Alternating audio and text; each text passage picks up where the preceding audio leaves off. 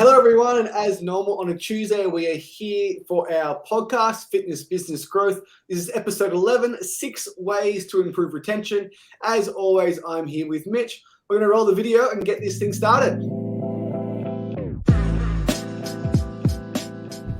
Welcome to the Fitness Business Growth Podcast, a podcast run by gym owners for gym owners. My name is Mitch, and along with Jamie, we are your hosts, and we will be discussing all the important things that you need to run a successful fitness business. From marketing to lead generation to sales to retention to staff and much, much more. So if you are a fitness business owner, then this is for you. We hope you enjoy the following episode, and we will speak with you soon. All right, mate, I'm back. How are you? There it is. Good, mate. Good, mate. What's new in your world? Not much, but this is a bit of a change for us. All we do is post about marketing and sales. We're going to cover retention. And the thing is, mate, people are like, all you ever do is talk about leads and sales. You're the marketing guy. What about retention? And guys, retention is just as important, but it's just not that exciting to talk about. But today, by popular demand, we are going to cover it in detail because last year, something I'm really proud of, our churn rate was 3.89% for the year, which is astronomically good. Yeah, we had a really great year. And I think that's kind of what we've been discussing at the beginning of this year, how we can replicate that. So we thought we would discuss some of the things that we have done to help retention. But maybe just before we do that, do you want to explain what that 3.88% actually means and what that number even indicates for any business? It wasn't 3.88, it was 3.89. And I never want to embellish our numbers like all fitness business coaches. So it was 3.89. Sorry about that. What that means is if we have 100 members, which we have more, but if you have 100 members and you lose 3.89 members per month, that means your churn rate is 3.89%.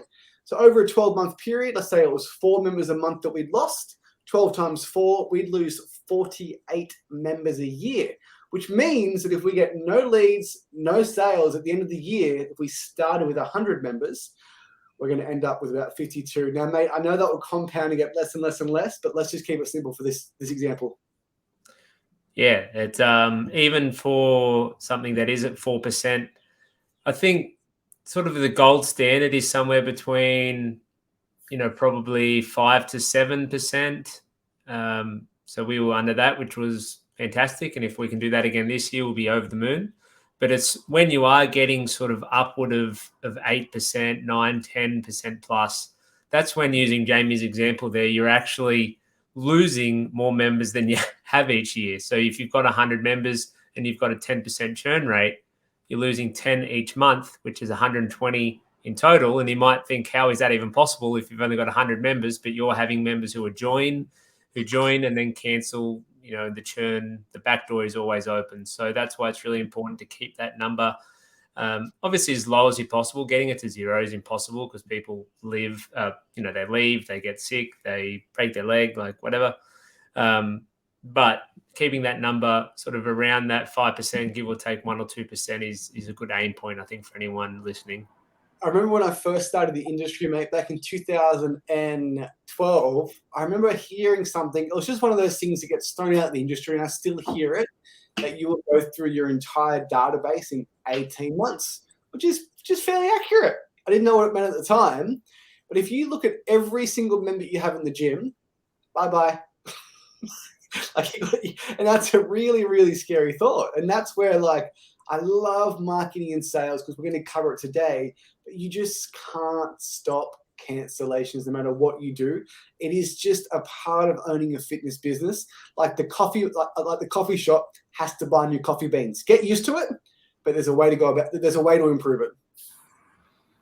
Yeah, that's why we came up with 6 things that we do and feel like have helped us keep a very manageable and low churn rate. And improving our retention is always going to mean that we don't have as much pressure and as much stress around our acquisition system and our sales and marketing. So you want to kick it off? Absolutely, mate. So this is Mitch's list. So in our division of labour, Mitch is definitely the operations retention master. And his 6 ways, we're going to come to topic number 1, which is, I believe, correct me if I'm wrong, it is the most important by far, and it is attendance. Do you want to go into that, mate? Yeah, I put this number 1 for a reason, because I truly believe that attendance trumps all.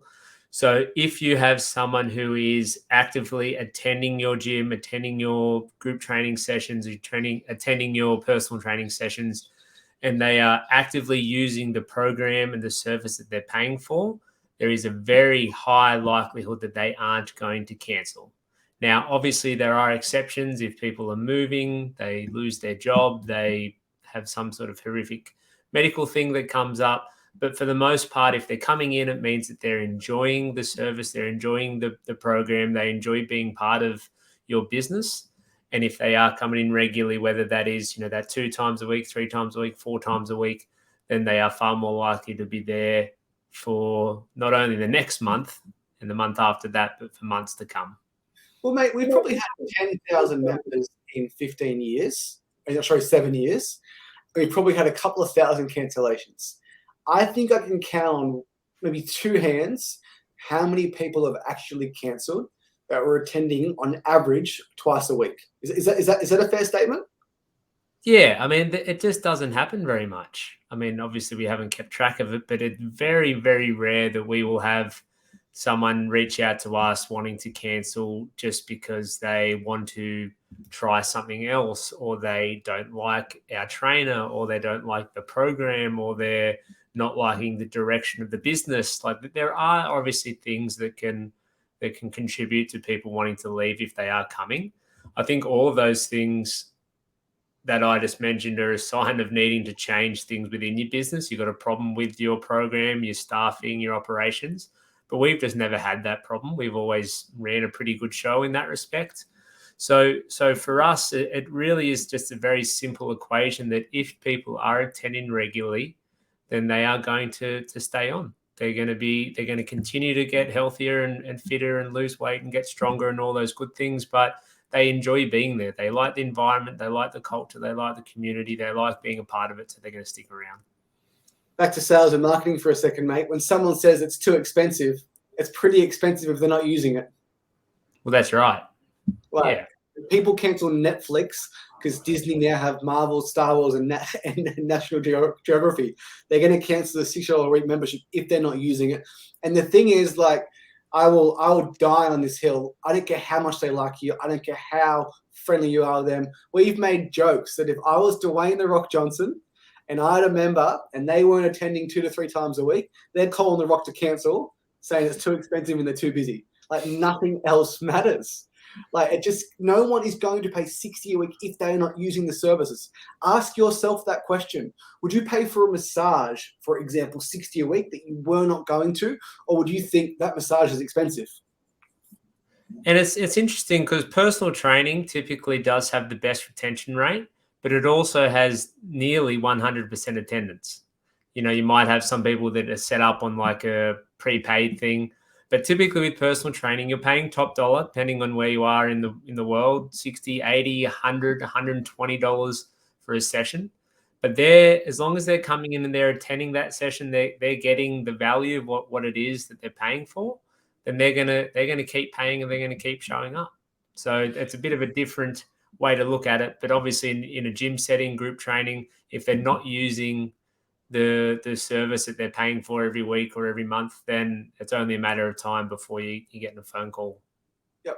Now, the biggest thing that we've done tactically, the actual tactic of how to improve attendance, is every Monday we have a no-show report. So if someone hasn't come in the previous 7 days, they will get a text message on Monday. They haven't come in by Wednesday, they will get a phone call. And those 2 things alone are all you have to do. Nothing else. Just focus on those 2 things. If someone doesn't come in for a week, send them a message. If they don't come in, give them a call. And more often than not, the reply to that message is, "Hey, Jamie, thanks for reaching out. I really appreciate it. Last week I was in Nambucca Heads for Christmas. I missed the gym. I'm so excited to come back in." But what you don't want, and what happens when gyms typically scale up and get more members, is, "Oh, they're not the same anymore. I used to get the messages. Now they've forgotten about me." I think smaller places that are 30 or 40 members, like you don't even need a system for that because you know everyone, you remember everyone. If Jimmy doesn't show up at 6 a.m., you send him a message saying, Jimmy, where were you? We're all asking about you. But Yeah, when we get to 60 or 80 or 100 or 150, 200, like you just need to have a system around that. And I think people want to know that they're missed. So that's where if someone doesn't show up for a week and they don't hear from us, then they just think, oh, well, they didn't even realize I wasn't there. But if we send them a message every week and say, hey, just noticed you weren't in last week, want to check in, make sure everything's okay. And yeah. that's all it takes. Yeah, and Spotify did something really, really smart. At the end of the year, they had that usage report of like how many hours you spend in Spotify, what was your favorite song. They want to remind you how much you use their service so you don't cancel. So people are paying for the usage of the facility, and you need to remind them, hey, like you're not using it, please come in. And the other thing too is not only will it save you members, it's going to get them a better result too. What's next? Mate, number two, something that we've always done really well. I'm not sure if it was tactical or we just like we like a good time, but we absolutely love social events, and we map out a social calendar for 12 months. Mate, do you want to go into that a little bit further? Yeah, I think initially when we first started doing this in 2015, it was, I mean, I think we kind of knew the benefits of it, but not like we do now. So we have Christmas party, which most places do. We have an annual trivia night every July where we hire out a place and try and get as many people as possible there with friends and family and tables booked and the whole 9 yards. We do a barefoot bowls day at the beginning of the year. We do a few different sort of walks around Newcastle. We've got one on Australia Day in at Glenrock. We've had a few other bits, sort of things that we've trialed and narrowed with, but we typically try to have somewhere between 6 to 9 social events each year. So one every sort of 1 to 2 months. And maybe you can sort of explain why we feel like that is so important for at least our type of facility that we run. Of course, of course, of course. And we have a few that are bombed too. Karaoke wasn't that successful. I don't think our members wanted to get up and sing, but the majority We did that. yeah, we did. The majority of them work really, really well. And one thing I'm going to say, these next five, they're all really important, but they actually drive number one, which is attendance. If someone comes to a social event, they're going to come on Monday and say, how amazing was that night? I had such a great time with XYZ. And we've literally seen a tangible change after a social event. The vibe in the gym is so much better that next week. And I believe attending one social event buys you a few more months of memberships. If a few more months of membership, if they had that thought previously, hey, like, am I getting value for this? I think a huge part of it is they actually are spending time with the staff for starters, but also other members outside of the four walls of the gym. So for our members, unless they do organize something among themselves, which, sometimes it happens, but they're only ever seeing their fellow members who they become friends with during that workout for that 45 minutes that they, may attend at the same time a few times a week at best.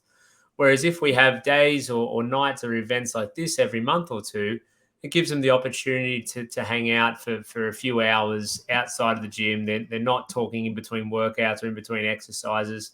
So it just really builds that bond and builds that connection amongst members, but also between member and staff too.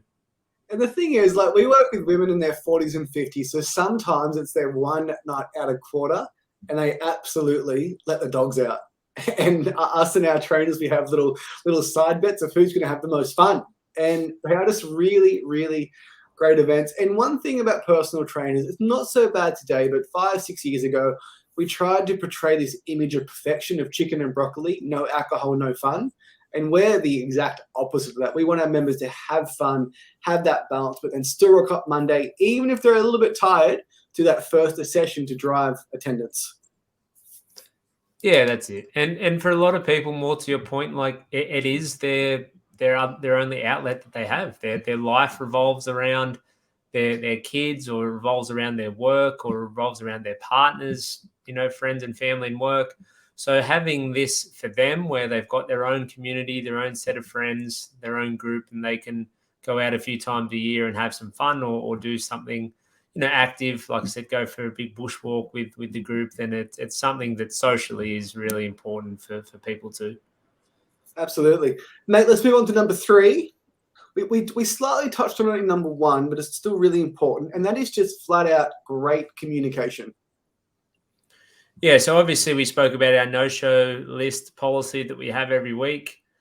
Full disclosure, we use WhatsApp, which I'm sure everyone has heard of, just a messaging app, and we have a group chat set up with every single member in WhatsApp.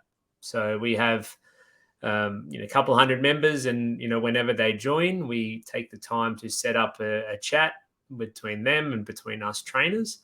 And that is our point of communication with them. So if they are wanting to discuss anything membership related, they do it in there. If they've got anything training related, nutrition related, they want to change their details, if they want to ask about bringing a friend along, it all goes in that group, and it's one place that they can ask anything. So just having that channel itself, we found, has been just really important. We make it very clear that that is where they communicate with us.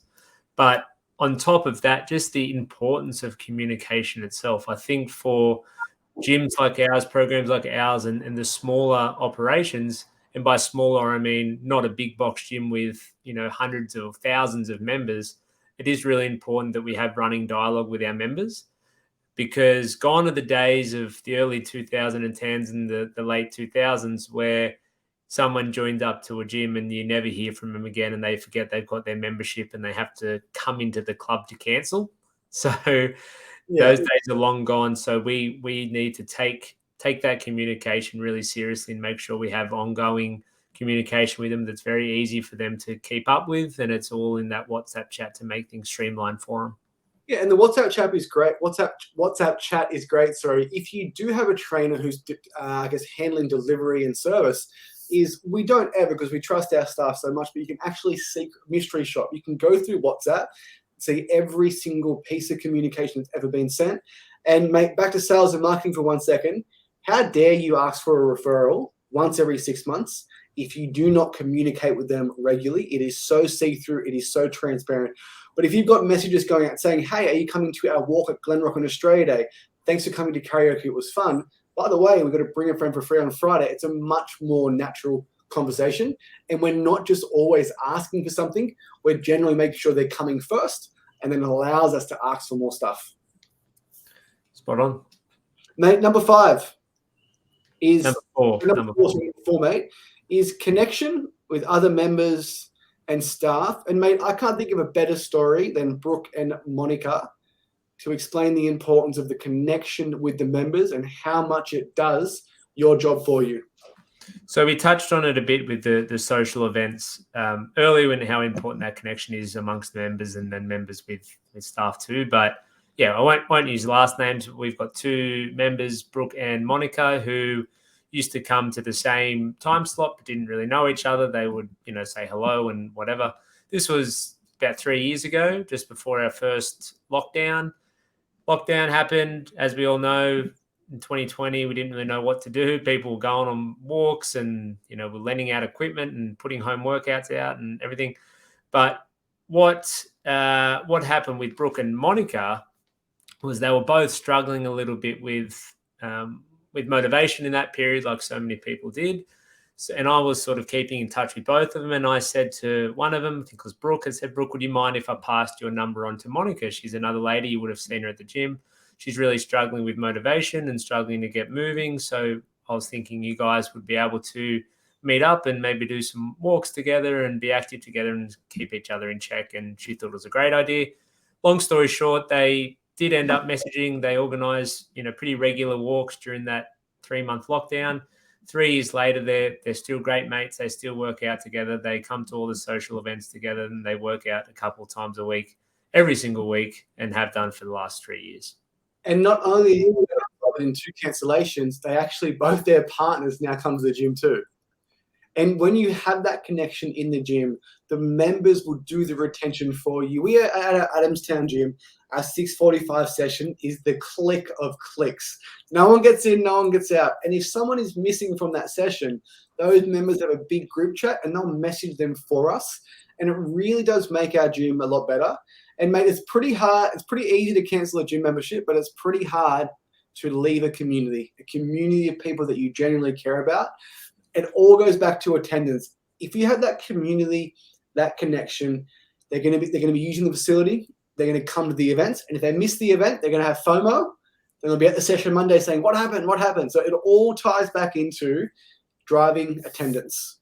Yeah, and I think just on that to finish up too, like they are, like you said, they're doing the retention for you because now Brooke and Monica and many others, they're messaging each other, "Hey, you going in tomorrow? Yeah, I saw you booked in. Yeah, come along tomorrow morning." And then they come in together.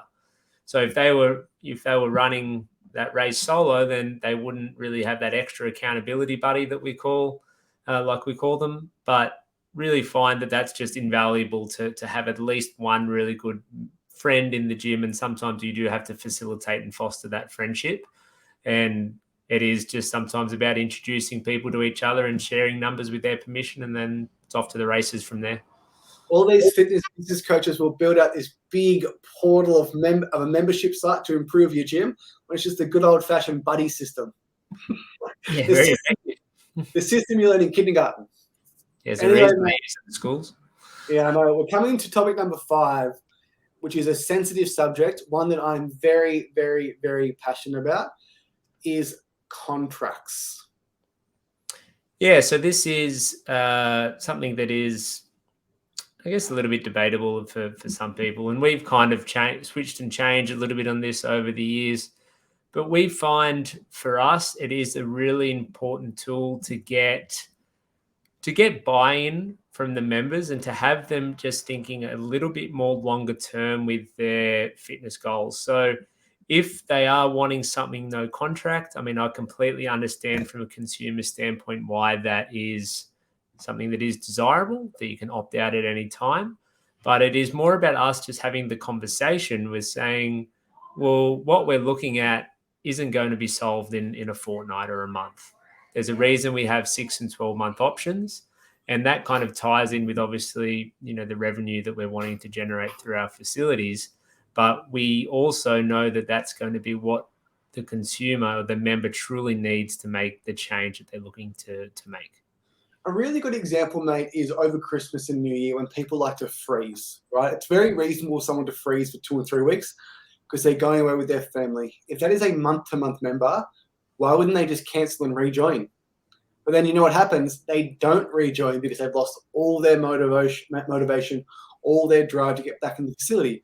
If they have a contract in place and there's months remaining, they will freeze and they will come back. Mate, let me ask you a question. Why would any fitness business owner on earth be against having contracts? Why do you think that is? And why is it so stupid?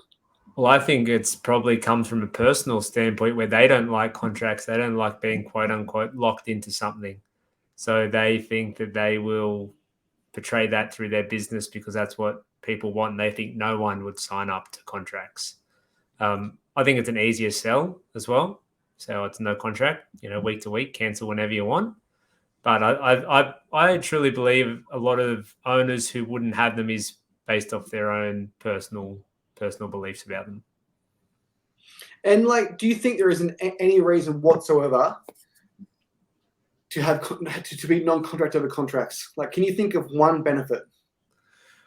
I think if depending a little bit on the gyms around you, if you're in a very competitive market and the avatar you're going after, shopping around and looking at all different locations in your area, and they're all non-contracts, then maybe there's an argument you do have to do that. But I really can't see any, as long as you are confident enough to sell that membership. And I think that's something that would scare people a little bit when you're talking about 12-month membership as opposed to a month-to-month membership. We won't sort of talk about, I guess, the cancellation policy within that period and anything like that. But I think the main thing is it actually just puts that consumer's mind into a longer-term thought process. Because if they join in January right now, and you're talking about, okay, we have our 2 options, 6 and 12 months. What you've spoke about is wanting to lose 15 kilos. I think a safe way for us to do that is to look at over a 12-month period. Why would they sign up to a month-to-month membership if they're looking to lose 15 kilos? Of course. Of Like course. if you truly believe that what you have is going to be able to help them, and they've already done their 21 or 28-day trial, whatever that is at the start, there is no reason why they can't make that decision afterwards and commit to at least another 6 months. It is such a silly thought to think someone's done 28 days and then they just go month to month. Effectively, what they're doing is a 28-day challenge time and time again. Well, you may as And well just sign them up to start with then. yeah, month to month. Yeah. And guys, just really simple for the math. 12 months at 66 a week is what we charge is $3,432 per client. Lifetime customer is one of the most important things in a gym, and we'll cover that in another episode. But guys, you must be using contracts. I'm just so like it probably is my biggest belief, mate. Of all things we talk about, Facebook ads have to have a contract. And if people do want, we have people that want to cancel and contract for different reasons, and most of the times we do allow it. It's not like we're sticking them to this contract. We're a local business. We don't want that reputation that we're sticking this to all these people when they're wanting to cancel. But there are a lot of times where people just look at that contract. I think, well, it's 12 months. I'm going to wait that out. If by chance they are falling out of motivation, they're not making the most of it, they're going to at least last that 12 months. We'll part ways then. They're not unhappy because they made the decision. And then, you guys, although you would have wanted them to for a longer period, you've still got 12 months of revenue out of them, which is a really good, especially if your pricing's right, it's a really good amount compared to what a lot of no contract gyms would be getting from their average person. Okay, mate, let's go to number 6, which is, people might think this is number 1. I think it is rightfully placed at number 6, which is the member actually getting results. Maybe this is more controversial than all the others. But this is very, very controversial. This is the least important one. And why is that, mate? Members getting results. Remember our first, I guess you call it mentor, his name was Andre, and when we were living overseas in Canada and we were working in a world gym there, and his tagline was results matter. And we bought into that at the time. And I think there's if you sort of apply it to sales and marketing, people join and people they want to join a gym and start a gym because they are wanting to see results and progress, whether that's weight loss, whether that's strength improvement, whether it's fitness improvement, whether it is better energy, better mental health. Like all of this progress isn't always weight loss, right? But I think over time, at least in our experience, it becomes so much more than that. It becomes a place that people enjoy going. They like how it makes them feel. They like the people that they're around, or the trainers that they're with. And the example that I want to use, because I came from this background, is like a golf club membership, golf course. I played golf growing up for years and years and years. I still play. I've started to play a little bit more. People don't stay at a golf club because they are trying to get their handicap down. I mean, they love playing well. They love seeing good results. Obviously, it's a lot less frustrating when you're playing well as opposed to playing bad. But it actually doesn't become the golf isn't important in the end. It's about having a good experience. It's about having fun. It's about getting outdoors. It's about being in the sun, being in the fresh air. And if you play well, it's a bonus. And I truly believe it's the same when it comes to at least our program, where people are seeing change in terms of how they feel and how they look. But I really don't think it's the most important thing for starters, for retention, or just for people's satisfaction and happiness. We've had members do a 28-day challenge, 6-week challenge. We had one guy lose 13 kilos in 6 weeks and he didn't join. That is unbelievable to me that he didn't join. Then we have members that just came consistently, didn't get a result, and are still there to this day. It has to be more than a place for them to get a result. Otherwise, once they get their results, why are they staying? Yeah, I think when we think of results and progress, we think of weight loss, and I guess that's what I don't believe matters. I don't believe weight loss matters. We've had people lose no weight who have stayed with us and still are with us to date. We've had people lose a shit ton of weight and then they cancel. Yeah. So I really don't think it's dependent on weight loss. I think it's more about how it makes them feel, about their energy. They want to be able to do things they didn't used to be able to do from a physical standpoint. So that is progress in a way. But as it relates to typical weight loss, I'm here to tell you, results don't matter. They really, really, really don't. And that is just a bittersweet thing to say when lots of fitness professionals spend all their time on perfecting their craft and learning. What else? Like Kettlebell Institute, PRI, different types of modalities to improve their training ability. And we used to like have a good laugh about this, that trainers will continue to invest on getting their CECs, their kettlebell courses, their box exercise courses, whatever the case may be. No one cares. Like, no one actually cares. I think it's important to just to say that no one cares in an environment like ours when we're training Gen Pop. Everyday people, typically 40s and 50s, typically women who are typically wanting to, like I said, lose a bit of weight, get a bit healthier, be more active, feel a bit better. If you're training athletes, young athletes, sports players, if you're training someone to do some sort of sport or competition or something specific, then obviously it's going to matter, and it's going to matter a lot. But for anyone who's just training the everyday Jane and Joe, then it really doesn't matter the methodology in which you help them, because it's more about them feeling like part of a community. It's about them feeling like it's something that they enjoy. They enjoy the people around them. They enjoy the trainers, and they just enjoy being part of the business. What you do within that business is far less important than how it makes them feel. And I'm going to play devil's advocate here, mate. Let's say that we do think results matter and we want to become the most results-orientated fitness facility in Newcastle. How much money does that cost us to fit out our facility to do that? We need to buy saunas, ice baths, can't have regular barbells, got to have trap barbells and safety barbells. You've got to have oxygen reader. There's a gym in Newcastle, one gym. He's an ex-Wallaby player, really good guy, really good program.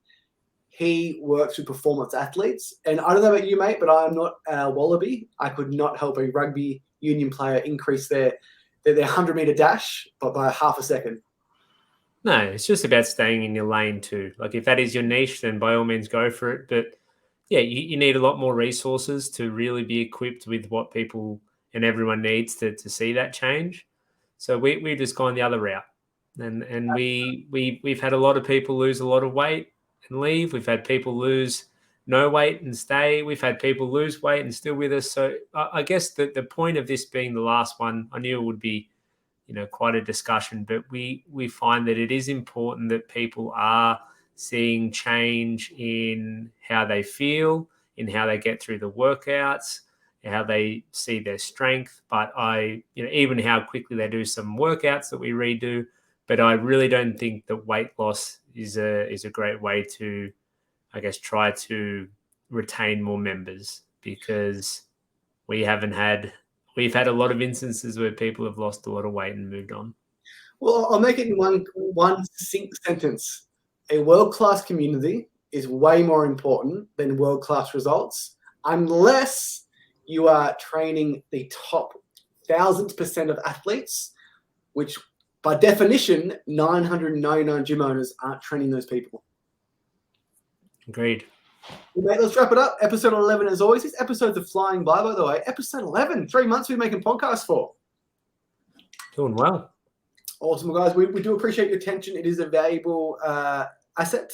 If you love these episodes, keep watching. Join our Fitness Business Growth Facebook group. Everything's free in there. Have a look through some good stuff.